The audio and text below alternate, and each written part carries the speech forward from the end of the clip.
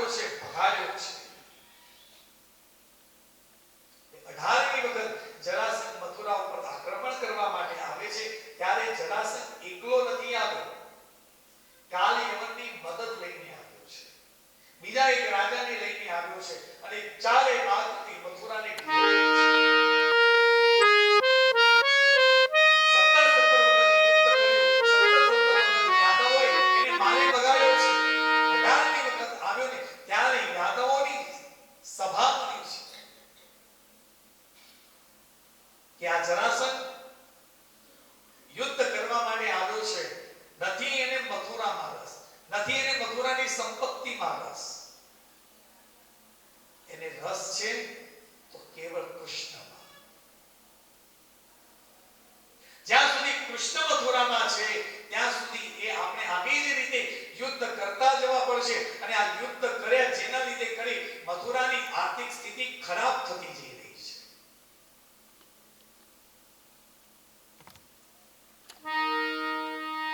હમણાં જ આપણે એક યુદ્ધ જોયું છે, એના પછી મોંઘવારી કેટલી વધી. એક યુદ્ધના લીધે આટલી પરિસ્થિતિ બદલાઈ છે. તો 17 વખત મથુરા ઉપર આક્રમણ થયું ત્યારે યુદ્ધ કરવા માટે શસ્ત્રો પણ જોઈએ અને પ્રજાને ખવડાવવા માટે ભોજન પણ જોઈએ, અનાજ પણ જોઈએ. હવે ચારે બાજુથી મથુરાને ઘેરેલી છે. અનાજ ક્યાંથી લાવવું? કોઠારો જે ભરેલા હતા હવે એ પણ ખાલી થવા આવ્યા છે. આર્થિક રીતે પાયમાલ થઈ ગયું છે અને પુરુષોની સંખ્યા ઘટતી જાય છે. કારણ યુદ્ધની અંદર પુરુષોની સૌથી વધારે મૃત્યુ થયા છે. યાદવોની સભા મળી, એની અંદર નક્કી એ કર્યું કે જરાસંઘને નથી મથુરામાં રસ, કે નથી મથુરાની સંપત્તિમાં રસ. રસ છે તો કેવળ કૃષ્ણમાં. અને જ્યાં સુધી કૃષ્ણ મથુરામાં છે ત્યાં સુધી આપણને શાંતિ મળશે.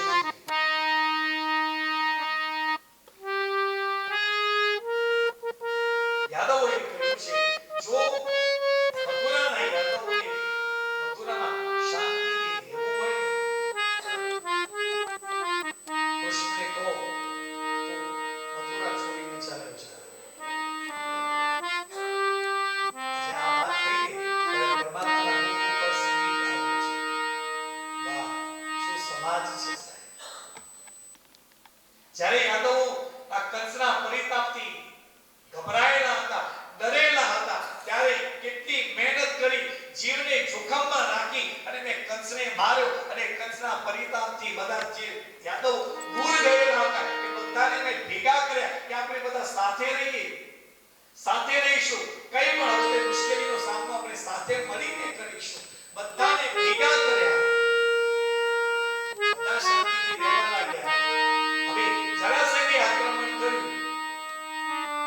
એમ કે છે કે યાદવો અમે બધા શાંતિથી રહી શકીએ ને એટલા માટે કૃષ્ણને કહો કે રણ છોડીને ભાગી જાઓ. આ સમાજ જે સમાજ માટે તમે લોહી રેડીને કામ કરશો ને, જ્યારે એ બે પાંદડે થશે, સરખો થશે ને, એટલે એ જ સમાજ કહે છે કે હવે તું જા, તારું કઈ કામ નથી, તારું જે થવું હોય થાય એથી જા. એમ કરે સામાન્ય માણસ હોય ને તો ગભરાઈ જાય કે આ આવી હાલ આ સમાજ જેના માટે મેં આટલી મહેનત કરી, જીવના જોખમે મેં તમારી રક્ષા કરી, અને એ જ સમાજ કહી રહ્યો છે કે તું રણ છોડીને બહાર. પરમાત્માએ કહ્યું ઠીક છે, જો તમે બધા સાથે મળીને શાંતિથી રહી શકતા હો તો કઈ વાંધો નહીં. કાલ સવારે યુદ્ધ કરીશ અને યુદ્ધમાં હું રણ છોડીને ભાગીશ. પરમાત્મા રણ છોડીને ભાગ્યા. ખબર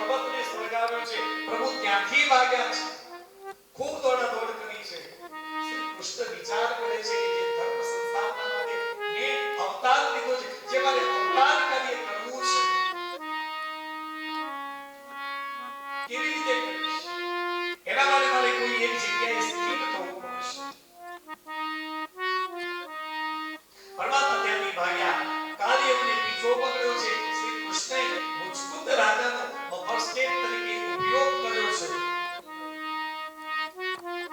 કાલિયવનને માર્યો છે. મુચકુંદ રાજાએ પરમાત્માની સ્તુતિ કરી બદ્રિકાશ્રમમાં જઈ અને તપશ્ચર્યા કરી છે. પ્રભુ વિચાર કરે છે કે મારે આટલી જગ્યા આ દોડ આટલા યુદ્ધો કરતા રહીશ તો પછી મારે જે કાર્ય કરવું છે એ કાર્ય ક્યારે કરીશ, કેવી રીતે કરીશ?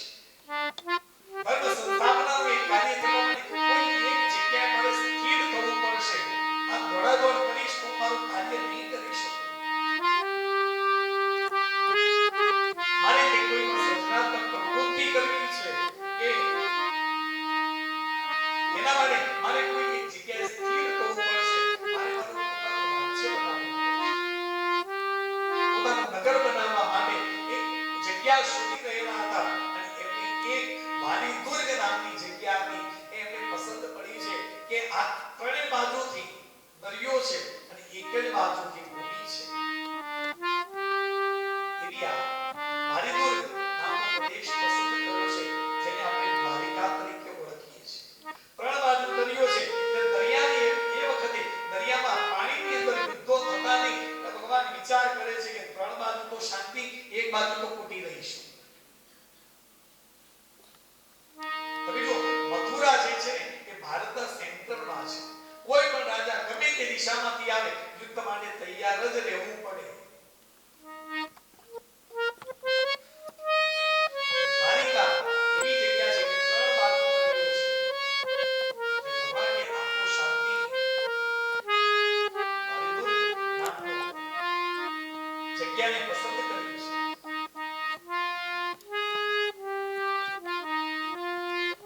પોતાનું નગર બનાવવાનું નક્કી કર્યું. ત્યારે ભાગવતમાં લખ્યું છે કે કોઈ વ્યક્તિ લગ્ન કરી અને પોતાની પત્નીને જેમ શણગારે એવી રીતે શણગારવા માટે, પોતાના નગરને શણગારવા માટે પરમાત્માએ એટલા બધા યુદ્ધો કર્યા છે. યુદ્ધ કરી કરી અને જે સંપત્તિ હતી એ સંપત્તિ લાવ્યા છે અને વિશ્વકર્માને કહ્યું છે કે મારી નગરી બનાવો, સોનાની દ્વારિકા બનાવો. વિશ્વકર્માએ સુંદર દ્વારિકા નગરી બનાવી છે.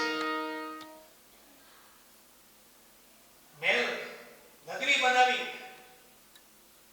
શ્રી કૃષ્ણનો મહેલ તૈયાર થયો છે. બલભદ્રનો મહેલ તૈયાર થયો છે. મહેલ તૈયાર થયો એટલે ઘર તૈયાર થયું છે. ઘર તૈયાર થયું છે. શ્રી કૃષ્ણની પણ ઉંમર થઈ છે એટલે વર તૈયાર છે. વર તૈયાર છે, ઘર તૈયાર છે તો રાખોની જોવાય છે. કન્યા પધરાવો સાવધાન. પછી સુખદેવજી વર્ણન કરે છે કે રાજાનું પરીક્ષિત પછી તો બંને ભાઈઓના લગ્ન થયા છે. આનંદ દેશના રાજા રૈવતની પુત્રી રેવતી સાથે બલભદ્રના લગ્ન થયા છે અને શ્રી કૃષ્ણ વિદર્ભ દેશના રાજા ભીષ્મકની કન્યા રૂક્મિણીનું હરણ કરીને લઈને આવ્યા અને એમનો વિવાહ થયો છે. બંને ભાઈઓના ગૃહસ્થાશ્રમ સુંદર રીતે ચાલવા લાગ્યા છે. પરીક્ષિત કહે છે, બાપજી, લોકો સાંસારિક લગ્ન કરવાના હોય ને ત્યારે કેટલા મહિનાથી તૈયારી કરતા હોય છે. આ લાવવાનું છે, પેલું લાવવાનું છે, ભોજનમાં શું કરવાનું છે, બધી જ વરઘોડો કરવાનું છે. કેવી રીતે શેના ઉપર આ બધું જ આયોજન કરે છે. કેવા વસ્ત્રો પહેરવાના, આ બધું આયોજન 6 મહિનાથી થતું હોય અને તમે પરમાત્માના લગ્નની કથા બે વાક્યમાં કહી દીધી.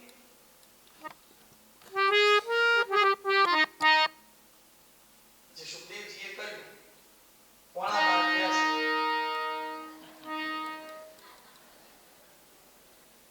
લગ્નનો પ્રસંગ માનવો હોય તો વાર લાગે પણ કઈ નહીં, આપણે શરૂઆત કરી દઈએ છીએ. પછીની જે કથા છે એ આપણે મધ્યાહન પછીનો જે સમય છે એની અંદર આપણે ક્યાં જવું છે? આજ ક્યાં જવાનું છે? આજ કઈ નહીં છે કારણ કે કાલે જવાનું છે ને આજે કોઈ નહીં જાય.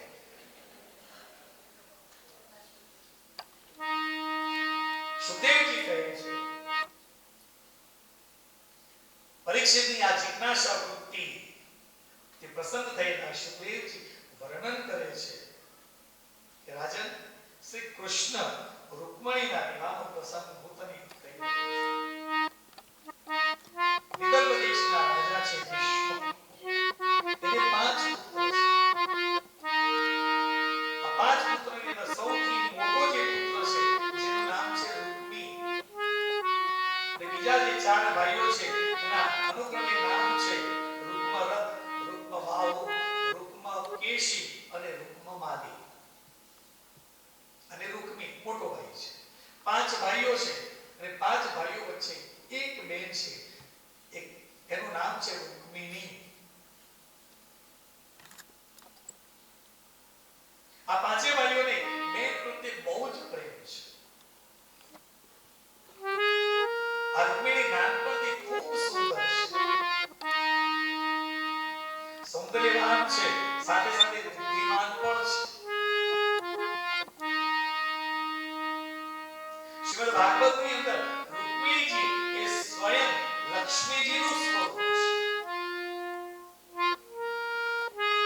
રૂકમિણી નાની હતી ત્યારથી એ પિતાની પાસે સભાની અંદર બેસતી. એ જે સભાનું આયોજન થયેલું હોય સભાની અંદર પિતાજીની પાસે જ બેસે. એમાં જ્યારે મંત્રીઓ સાથે ચર્ચા કરતા હોય ત્યારે કોઈ ધાર્મિક ચર્ચા ચાલતી હોય એની અંદર કૃષ્ણનું નામ આવે. યુદ્ધની વાત થતી હોય તો યુદ્ધની વાતની અંદર પણ ક્યાંક ને ક્યાંક કૃષ્ણ તો બાજરા જ હોય. એનું યુદ્ધ ક્યાંક ને ક્યાંક તો ચાલુ જ હોય. અધ્યાત્મની વાત હોય એમાં પણ કૃષ્ણની વાત આવે. એ વખતે શ્રી કૃષ્ણ ભારત વર્ષ ઉપર એટલા બધા છવાયેલા હતા કે કોઈ પણ વિષયની ધંધાની વાત ચાલતી હોય એમાં પણ કૃષ્ણની વાત આવે.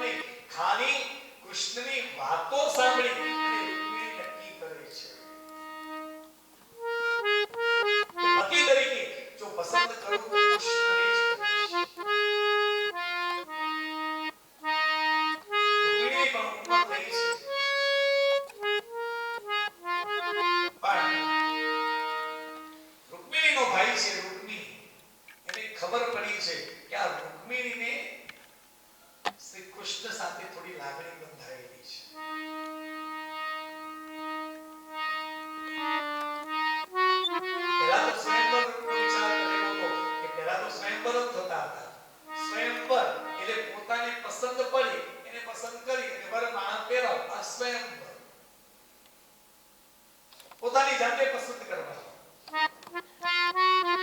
પહેલા બધું એવું નક્કી થયેલું કે સ્વયંવર કરીએ એટલે બધા જ રાજાઓને નિમંત્રણ આપીએ, રાજકુમારોને આમંત્રણ આપીએ અને પછી સ્વયંવર થાય. બધા રાજાઓ કે રાજકુમારો બેઠા હોય. રૂકમિણી વરમાળા લઈને નીકળે અને જે પસંદ આવે પસંદ કેવી રીતે કરવાનો કે સાથે એની દાસીઓ હોય.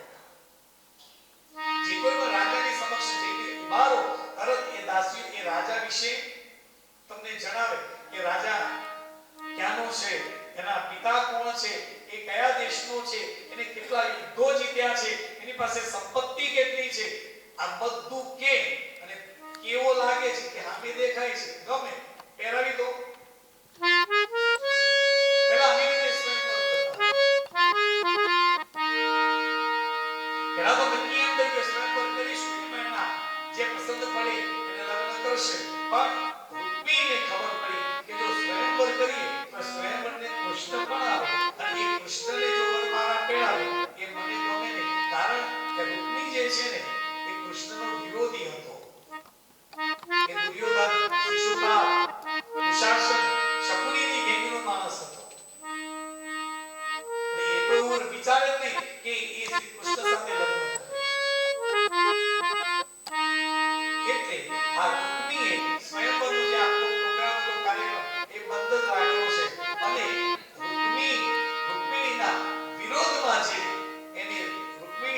સગાઈ શિશુપાલ સાથે કરી દીધી છે.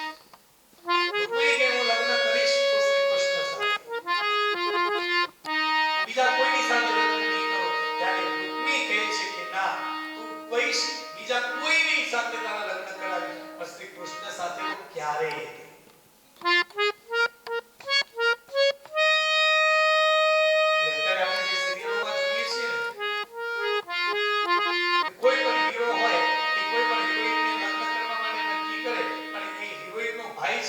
હંમેશા વિલન જ હોય કે ના એ તો લગ્ન નહીં જ કરવા. અહીંયા પણ એ જ થયું છે.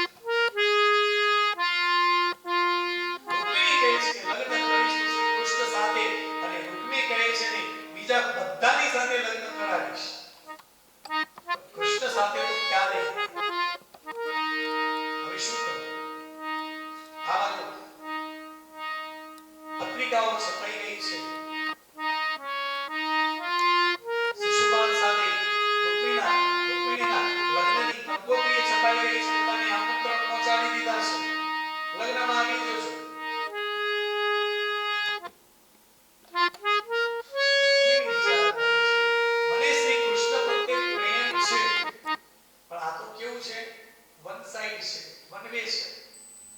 કૃષ્ણને તો ખબર જ નથી કે કોઈ એને પ્રેમ કરી રહ્યું છે.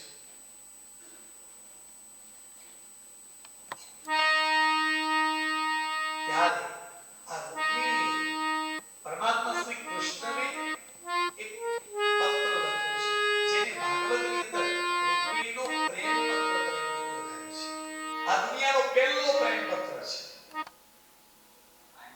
આ પ્રેમ પત્ર સાંભળીએ ને એટલે અહીંયા સામે બેઠેલા અંદર ત્યાં બધાના ફૂટતા પ્રેમની વાત આવી એટલે નહીં કેવું સોસી સોસી હશે. ખત લિખા હે ખૂન સે સ્યાહી પર સમજના.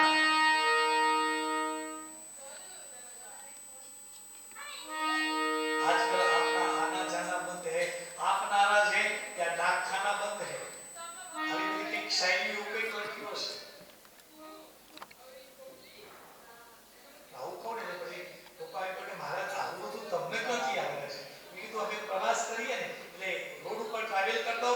ખટારા પાસે આવી શાયરીઓ લખેલી હોય એ વાંચી વાંચીને તૈયાર થઈ ગઈ છે.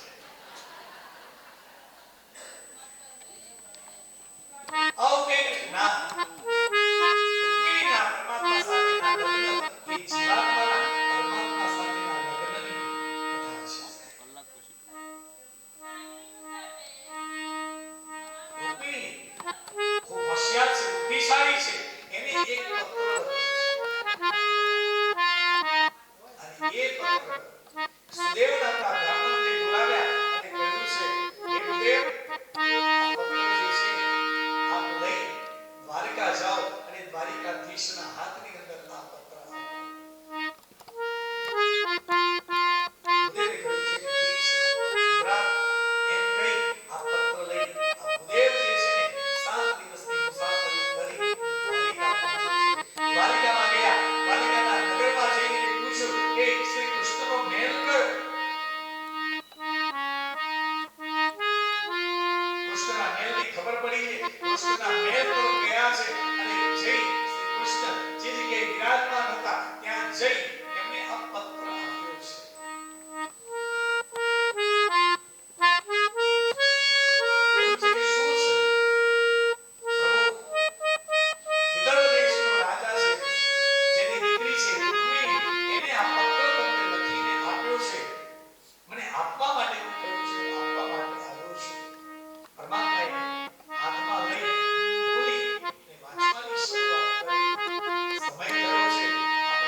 બપોરની